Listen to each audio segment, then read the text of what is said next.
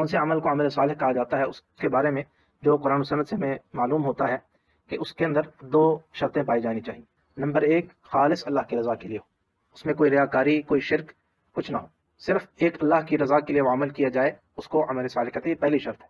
دوسری شرط کہ نبی کریم صلی اللہ علیہ وسلم کے بتائے ہوئے طریقے کے عین مطابق ہو، اگر اس کے خلاف ہوئی تو اسی کو بدعت کہا جاتا ہے۔ تو شرک سے، ریاکاری سے، بدعت سے، یا دوسرے الفاظ میں نبی کریم صلی اللہ علیہ وسلم کے بتائے ہوئے طریقے کے خلاف جو ہوگا عمل، وہ عمل صالح نہیں ہے، نیک عمل نہیں ہے، وہ اللہ کے یہاں قبول نہیں ہے۔ اور اس کے دلائل قرآن و سنت میں بے شمار ہیں۔ شرک کے حوالے سے بھی قرآن کی بے شمار آیات آتی ہیں، اسی طرح نبی کریم صلی اللہ علیہ وسلم کی معروف حدیث ہے، بلکہ حدیث قدسی ہے کہ اللہ تعالیٰ خود فرماتے ہیں، فرمایا کہ میں تمام شرکاء سے، تمام جو پارٹنرز ہیں ان سے سب سے زیادہ غنی میں ہوں، سب سے زیادہ بے نیاز میں ہوں۔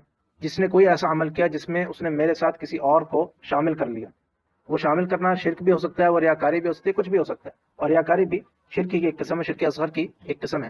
فرمایا کہ جس نے کوئی عمل ایسا کہ جس میں میرے ساتھ کسی اور کو شامل کر دیا، میں اس کو بھی چھوڑ دیتا ہوں، اس کے عمل کو بھی چھوڑ دیتا ہوں، یعنی اس بندے کو بھی، اس بندے سے بھی میں ایک طرح سے یعنی روگردانی کرتا ہوں، اس کو چھوڑ دیتا ہوں، ترکتہ و شرکہ، اور جو اس نے شرک کیا اس کو بھی چھوڑ دیتا ہوں۔ تو اللہ تعالیٰ تو بے نیاز ہے، اللہ تعالیٰ کو ہمارے اعمال کی ضرورت نہیں ہے، ہمیں ضرورت ہے اللہ کے سامنے جھکنے کی، اللہ کی عبادت کرنے کی، اللہ سے ثواب کمانے کی۔ اللہ کو تو کسی چیز کی ضرورت نہیں ہے۔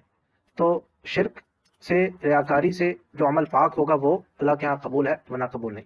اور دوسری جو شرط ہم نے کہا کہ نبی کریم صلی اللہ علیہ وسلم کے بتائے ہوئے طریقے کے مطابق ہو، تو اس کی دلیل واضح جو ہے وہ قرآن میں بھی آتی ہے، لیکن حدیث میں نبی کریم صلی اللہ علیہ وسلم کی معروف مشہور حدیث ہے، حضرت عائشہ رضی اللہ عنہا روایت کرتی ہیں کہ نبی کریم صلی اللہ علیہ وسلم نے فرمایا، من عمل عملا لیس علیہ امرنا فهو رد، جس کسی نے کوئی ایسا عمل کیا، من عمل عمل، کوئی عمل چھوٹا ہو بڑا ہو، جو کوئی شخص ایسا عمل کرے گا جس پہ ہمارے دین کے خلاف ہے، وہ جو طریقہ نبی کریم صلی اللہ علیہ وسلم لے کر آئے ہیں اس کے خلاف ہے، کیا ہے اس کا نتیجہ کیا، فهو رد، وہ مردود ہے، وہ اللہ کے ہاں قبول نہیں ہے۔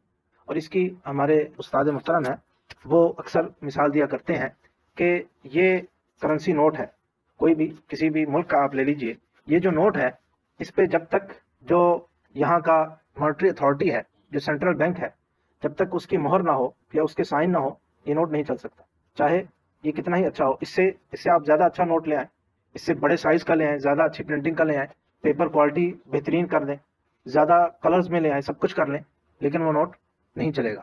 آپ کہیں کہ بھئی یہ تو زیادہ اس سے اچھا ہے، جو آپ دینا یہ تو بیکار ہے، تو ایسے کریں تو پھٹ جاتا ہے، سب کچھ ہو جاتا ہے، یہ جو میں لے کریں تو اس سے زیادہ اچھا ہے، کوئی آپ سے لے گا؟ نہیں لے گا۔ کیوں؟ اس لیے کہ اس پہ وہ مہر نہیں ہے۔ تو جب تک یہ نہیں ہوگا یہ نوٹ نہیں چلے گا۔ تو اللہ تعالیٰ کے ہاں کون سی چیز چلتی ہے؟ جس پہ نبی کریم صلی اللہ علیہ وسلم کی مہر ہو، عمل چاہے کتنا ہی نیک کیوں نہ ہو، آپ کی نیت کتنی خالص کیوں نہ ہو، جب تک نبی کریم صلی اللہ علیہ وسلم کے بتائے ہوئے طریقے کے مطابق نہیں ہوگا وہ اللہ کے ہاں قبول نہیں ہے۔ ایک چھوٹی سی مثال اس کی حدیث نبی کریم صلی اللہ علیہ وسلم کی حدیث سے لے لیتے ہیں کہ نبی کریم صلی اللہ علیہ وسلم ایک دفعہ عید الاضحیٰ کے موقع پر نماز پڑھ کر آئے تو ایک صحابی نے ان کو سامنے گوشت پیش کیا۔ مجھے تقریباً حدیث کا مفہوم بیان کرنا، اگر کوئی اس میں کوئی بیشی ہو تو اللہ تعالیٰ معاف کرے، لیکن مفہوم یہی ہے کہ وہ آئے تو انہوں نے گوشت دیا تو کہا کہ میں نے نبی کریم صلی اللہ علیہ وسلم میں نے صبح اٹھتے ہی اس کو ذبح کر دیا تاکہ سب سے پہلے آپ اور آپ کے صحابہ دیگر جو ہیں ساتھی وہ اس میں سے کھائیں۔ تو نبی کریم صلی اللہ علیہ وسلم نے کہا کہ جس شخص نے نماز سے پہلے ذبح کیا اس کی ذبح قبول نہیں ہے، اس کی جو قربانی ہے وہ قبول نہیں ہے، نماز کے بعد کرو گے وہ قبول ہے۔ فرمایا کہ یہ صدقہ ہے، یہ عام ایک ذبیحہ ہے، اس کو آپ صدقہ کر لو، اس کو کر لو، اس کے بدلے میں دوسری قربانی کرو۔ اب عمل ایک ہی جیسا ہے، ذبح ہی کرنا ہے، انہوں نے شرعی طریقے سے بسم اللہ پڑھ کے، تکبیر پڑھ کے سب کچھ کیا، ذبح کیا، اس کو مردار نہیں تھا، اور نیت بھی اچھی تھی کہ نبی کریم صلی اللہ علیہ وسلم کو اور صحابہ کرام کو ان کی نیت کیا تھی کہ سب سے پہلے وہ میرے پاس سے کھائیں، ان کی تکریم، ان کا اکرام کرنا مقصود تھا، نیت بھی بہت اچھی۔ عمل کرنے والے کون ہیں؟ صحابی ہیں، ان سے بہتر عمل کرنا اور کس کا ہوگا؟ سب کچھ ہے، لیکن وہی بات ہے کہ نبی کریم صلی اللہ علیہ وسلم کی مہر نہیں ہے۔ نبی کریم صلی اللہ علیہ وسلم کی مہر کس چیز پہ ہے؟ کہ جس نے نماز کے بعد ذبح کیا وہ ذبیحہ ہے، وہ قربانی اللہ کے ہاں قبول ہے، یہ نہیں قبول۔ فرق صرف کتنا تھا اس سارے عمل میں؟